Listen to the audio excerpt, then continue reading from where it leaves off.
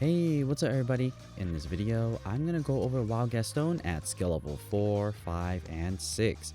Wild Gaston's ability does have two components to his ability. The first component is the time or how long his ability is going to last. And then the second component is his score multiplier, essentially how much of a multiplier you're going to get during his ability. Now, I do have another video that covers Wild Gaston at skill level 1, 2, and 3. And also in that video, I do go over all 6 of the skill levels in terms of like what the multipliers will look like. So if you're looking for a more in-depth review of Wild Gaston, not only at the lower skill level, but its stats and strategy, definitely check that video out in the description below or in the top right hand corner. I'm also going to link it at the end of this video, so you can always just stay until the end of this video to check out Wild Gaston at skill level 1, 2, and 3. For this video, I am only going to focus on skill level 4, 5, and 6 and show you what the differences are between the three. One of the major differences is how long his ability is going to last, so keep that in mind as we're going through this. At skill level 4, the time is going to last for 4.8 seconds with a multiplier of 3.1. At skill level 5, the time is going to last 5.4 with a multiplier of 3.6, and then finally, skill level 6, it's going to last a total of 6 seconds with a multiplier of 4.2. So the ability does last twice as long compared to skill level 1, and then the multiplier is pretty good too if you are looking for a score zoom. Before I go any further, if you haven't subscribed yet to this channel, please consider doing so. I do regular uploads on game demonstration as well as monthly leaks showing you what to expect for next month. Okay, so let's get into it and take a look at the 3 different gameplays. So the strategy to using Gaston is pretty much opposite of pretty much all the zooms that we use. So when you're using Wild Gaston, you don't necessarily want to just spam the ability, like don't activate it right when it's fully charged. What you should do is once you have it fully charged, take a look at your screen and see if there are other Gastons on the screen before you activate the ability. Because Wild Gaston's ability does want you to clear a long chain to get the score multiplier, you definitely first of all want to be in fever, and then second of all you want to make sure there's a lot of Wild Gastons on the screen before you activate the ability. And what might be helpful as well is to get rid of those magic bubbles that are on your screen, because those bubbles tend to get in the way, so consider doing that and getting rid of the bubbles.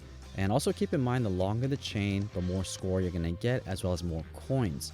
So your objective should be to get as long as a chain as possible and clear as many Wild Gastons off the screen during the fever. And then the second component is you want to keep the fever going, and not only the fever but also keep your skill always fully charged. And if you're using the strategy that I covered in skill level 1, 2, and 3's video, then your Wild Gaston's ability, or the skill essentially, should always be full. And you're really just waiting to make sure you have enough Wild Gastons on the screen before you activate it. If you also play really fast, you should be able to get back-to-back abilities. And if you're good at spotting Gastons on the screen, then you probably could do back-to-back activations, especially if you're not going for the longest chain and you're just going for as many clears as possible. Okay, so the next thing I want to show you guys is the abilities both activated at the same time. So for this ability, it is a little bit different. The side-by-side comparison isn't going to be the same as the usual one that I show you. But regardless, I'm going to slow it down a little bit so I could talk you through what is actually happening, because a lot is happening during his ability. So I'm going to slow it down here, and as you can see, Wild Gaston will pop out and then he'll throw his coins and then actually eats it. Kind of weird, but you know, that's Wild Gaston. He's wild. So all of these will become a little bit bigger, all these Gastons anyways, and you should try to get as long of a chain as possible. But if you don't, that's okay, because sometimes what happens is they're separated and you can't connect them all at once. But check it out here. After I activated the first ability, I was able to activate a second ability for skill level 6, and the reason why I went back to back on that one was because I already have a good amount of Wild Gastons on the screen. But if you see skill level 4 and 5, I didn't feel comfortable yet to activate those two.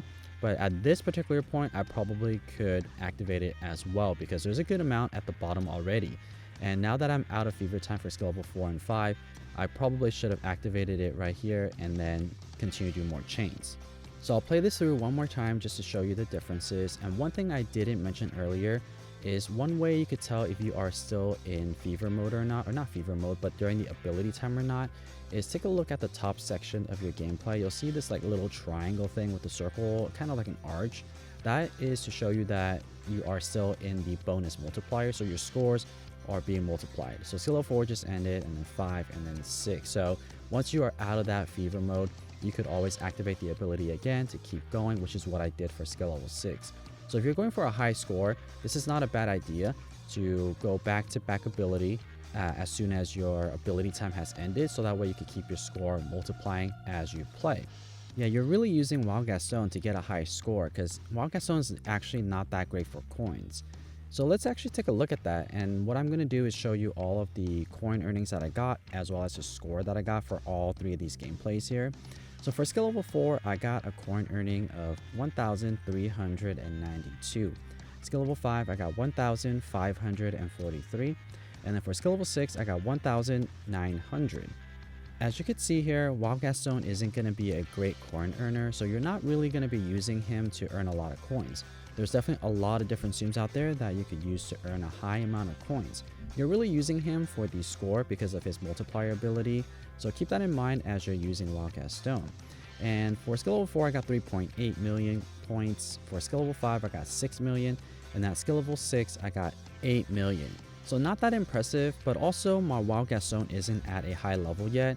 But I do think that if you get him to level 50, very similar to the pair Tsum that we have right now, Belle and Beast, the higher the level, the higher the score it's going to be. So maybe if you get both of these to level 50, you should have better results. But overall, I don't necessarily think Wild Gaston is worth your coins or your skill tickets. So consider saving your coins to get other Tsums in the future.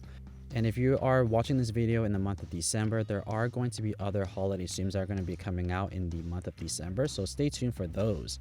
So let's compare all 6 of the skill levels here. For skill level 1, 2, and 3, it's not that great. And for the coin earnings, they're all in the 1000s range, so not too impressive. And then for score, they do gradually get better. And that's likely because my skill level for these Tsums increase as well as the level itself.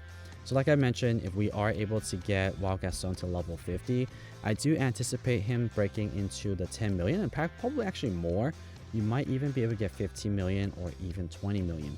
So if you are playing this game because you want to get a high score, then Wild Gaston might be a good option for you. Same with Belle and Beast. If you want a high scoring Tsum, then those 2 are actually going to be good. But if you're just playing for coins and for the collection purposes, then maybe not this Tsum. There are other Tsums out there that you could get that actually works for both. For example, Jedi Luke is like the perfect Tsum for a high score as well as a high coin earning. So that's my review for Wild Gaston. I hope that you guys enjoyed this video or at least found it helpful. And if you guys would like to see more Tsum content just like this, don't forget to subscribe. And as always, thank you so much for watching, and I'll see you guys in the next video.